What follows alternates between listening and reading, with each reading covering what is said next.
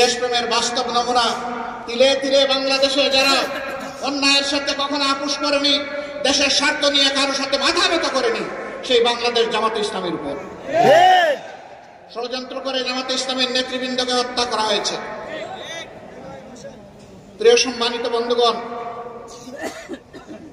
যারা দেশপ্রেমের পক্ষে দাঁড়িয়েছেন, দেশবাসীর স্বার্থের পক্ষে দাঁড়িয়েছেন, এই সরকার তাদের উপরে আঘাত দিয়েছে সবচেয়ে বেশি।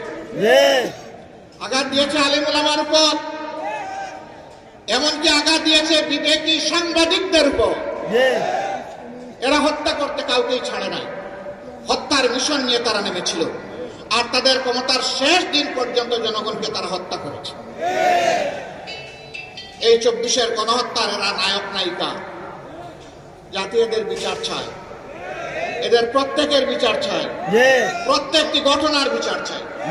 এ বিচার অবশ্যই করতে হবে।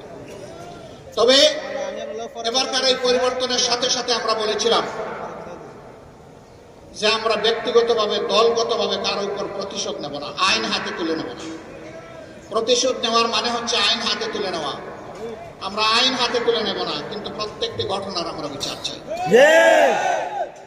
এ বিচার যদি না হয়, তাহলে বিচারহীনতাই সন্ত্রাসীদেরকে আরো সন্ত্রাস করার শক্তি যোগাবে। আমরা কি বাংলাদেশে আবার সন্ত্রাস দেখতে চাই? যদি সন্ত্রাস দেখতে না চাই, তাহলে অবশ্যই বিচার হতে হবে।